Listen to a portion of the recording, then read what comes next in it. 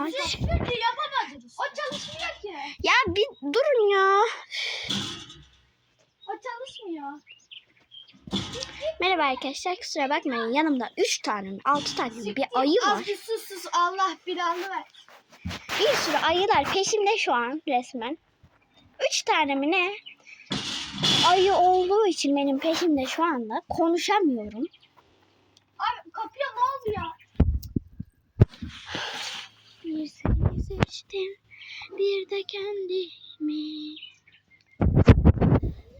Hayır. Ne oluyor ya? Ne oldu?